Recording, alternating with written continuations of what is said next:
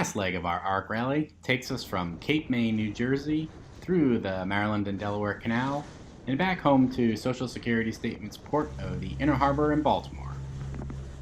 While I hoped for more, let's say, exhilarating wind, this ended up being a Delmarva rally. Nonetheless, it was still a great experience. A few times this trip, I put the camera down just to sort of enjoy the sights, and wouldn't you know it, that's when something would happen. Coming out of Cape May, while trying to figure out our route, which we most definitely should have done earlier, we grounded. We quickly raised the main, the wind blew us off, and we're on our way once again. One useful recommendation we received was to hang some fly paper around the cockpit, as we were likely to sail into some flying, biting menaces. And we found them here. Our own little sadistic treat to yell when another one found its mark.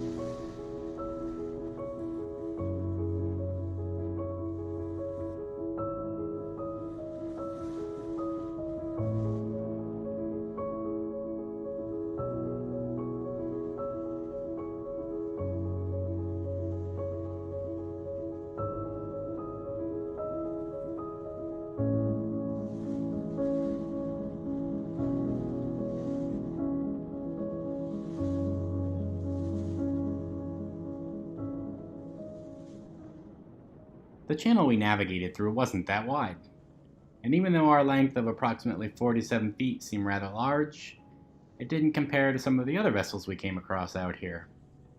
While a game of chicken did cross my mind, we decided to veer off just outside the channel to create some cushion between us and them.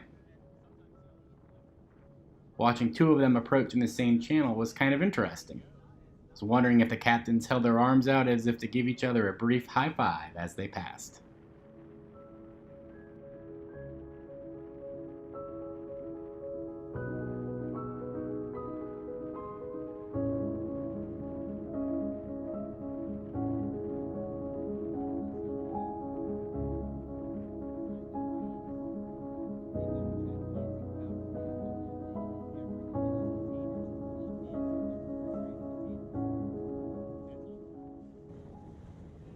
Nothing like passing a nuclear power plant.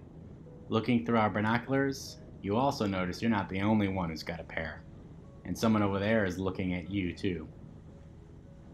Our last freighter is of course Chiquita Bananas.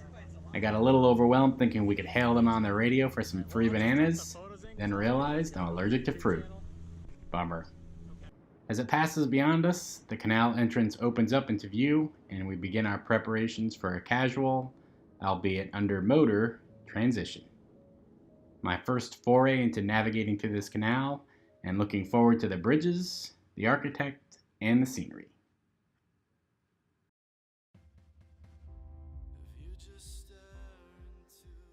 So while I understand you can't quite be here with us, I thought I would shoot this under view for you.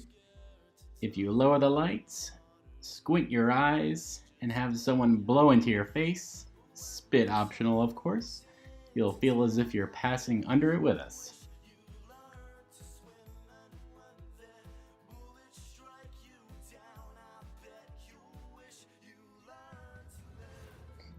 The canal was rather quiet. We passed a few small powerboats, a fisherman, no menacing bugs, which of course was a big positive for us. It's a strange transition to go from Annapolis down to Portsmouth, just across from the Norfolk Naval Base, then out into the Atlantic. And now we find ourselves slowly motoring down this canal. This was a very nice touch to the rally.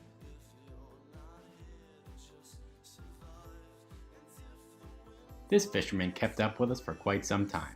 Began to wonder if he had an alternative motive. He kept looking at us strangely, talking on his cell phone, then he trailed off.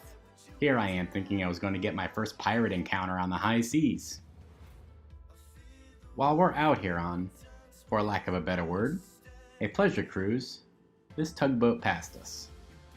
People have been out here for eons making lives in the water for themselves. I wondered what stories he must have to tell. We throw up a wave, and he's off down the canal.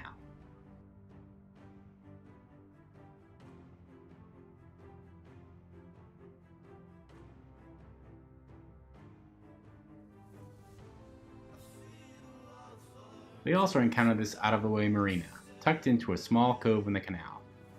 I believe it's Summit North Marina. Just when you think you're in the middle of nowhere, there's a marina. They look like they had some construction going on. We later caught up with some of our ralliers at a dinner party, who had to duck in here due to engine problems.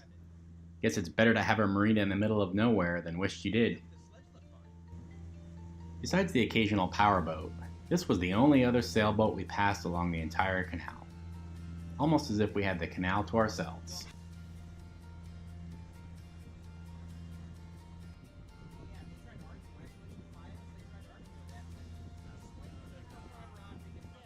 This little marina town was another great surprise. Here we are motoring along, chatting, coming around a bend to find this town on the water. And it occurred to me, at the beginning of this rally when we were informed we were going through the canal, and to make sure I bring along a lot of bug spray, which I never actually used any, all this time I'm thinking we're going to be sailing through this big swamp with mosquitoes and flies buzzing around throughout the middle of the night. It's actually quite far from the truth. These locations provide some of the best scenery for the whole trip. If you haven't sailed through this canal, I highly recommend it.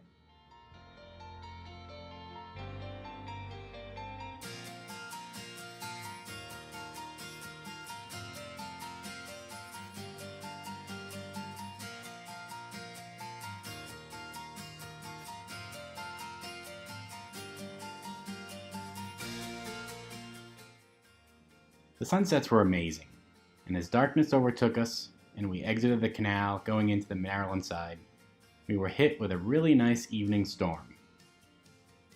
Gusts in the 25 to 35 knot range and 4 to 6 foot swells. Of course, as I said at the beginning, this was one of those times where I had my camera packed away, and so I didn't get to shoot out into the darkness when we were being hit with 25 to 30 knot winds and 4 to 6 foot seas. So we ended our rally here, motoring in the early morning hours into the inner harbor of Baltimore. A special thanks to TJ, Glenn, and Dave for another fun and enjoyable trip, and to the World Cruising Club for putting on another great rally. It's about 6 a.m. in the morning, and it looks like people are all heading off to work. I'm ready to hop in my car so I can rush back home to Annapolis and call in a crew spot on a J80 for J-World's Thursday night racing. Thought I would end the rally with a race. Thanks for watching, and don't forget to subscribe.